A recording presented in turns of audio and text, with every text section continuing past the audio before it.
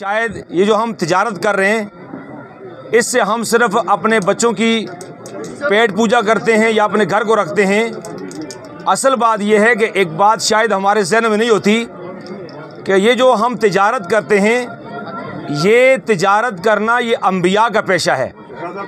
और जब एक आदमी बाज़ार के अंदर आता है तिजारत करने के लिए, अगर वो तिजारत करे नबियों के तरीके पर, अगर वो तिजारत करे शरीयत के मुताबिक, अगर वो तिजारत करे ईमानदारी के साथ, अगर वो तिजारत करे दयानतदारी के साथ, तो इस आदमी के लिए आक़ाए दो जहाँ मोहम्मद करीम सब कह दो सल्लल्लाहु अलैहि वसल्लम, आपने फरमाया ऐसे ईमानदार ताजर को और दयानतदार ताजर को आप ये बता दें कि जो आदमी ईमानदारी के साथ तिजारत करेगा, कल क़यामत वाले दिन रब्बुल आलमीन उसको नबियों के साथ और सिद्दीकीन के साथ खड़ा करेगा।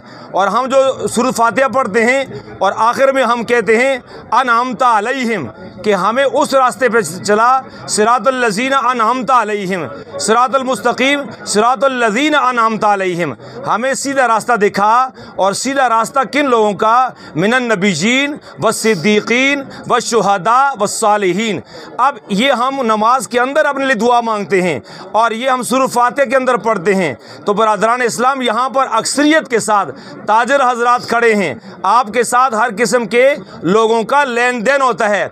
आप इस अंदाजे के साथ, इस तरीके के साथ आप तिजारत करें कि आपके पास कोई आदमी आता है, आप अपना वो मुनाफा लें जो आपका हक बनता है। अगर आप उस तरह की तिजारत करेंगे, एक तो आने वाला जो गाहक है वो आपके पास पक्का हो जाएगा। और दूसरी बात यह है, अगर आप इस नियत के साथ तिजारत करेंगे कि ये सुन्नत तरीका है, तो आपको दो फ़ायदे होंगे।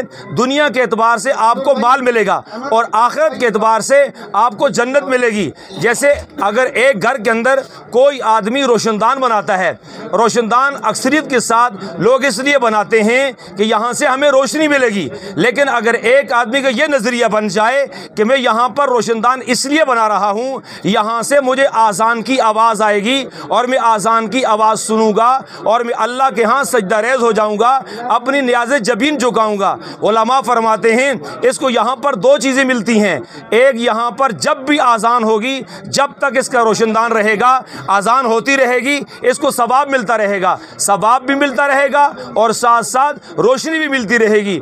इसलिए जितने मेरे ताजर भाई खड़े हैं, ताजर तिजारत करें इस गरज के साथ, इस नियत के साथ कि यहाँ पर जो है हम नबी करीम सल्लल्लाहु अलैहि वसल्लम की सुन्नत के मुताबिक अमल करेंगे। और साथ में आपको ये बात मैं हर जगह पर, हर जनाज़ों के अंदर ये बात अक्सर कहता हूँ कि ये हम देखते हैं कि हम चूँकि मोहम्मद मुस्तफ़ा सल्लल्लाहु अलैहि वसल्लम पर इस तरह ईमान लाते हैं कि आप अल्लाह के आखिरी नबी हैं, और जो अल्लाह के नबी के दुश्मन हैं, कायदियानियों के साथ लेन देन मामलात रस्म व रिवाज सारे ख़त्म कर दो। जो नबी करीम के दुश्मनों के साथ अगर लेन देन मामलात करेगा, वो क़यामत वाले दिन नबी पाक की शिफात का हामिल नहीं हो सकता है। अल्लाह तबारक व तआला इस भाई की दुकान के अंदर, इसके कारोबार में बरकत नसीब फरमाए।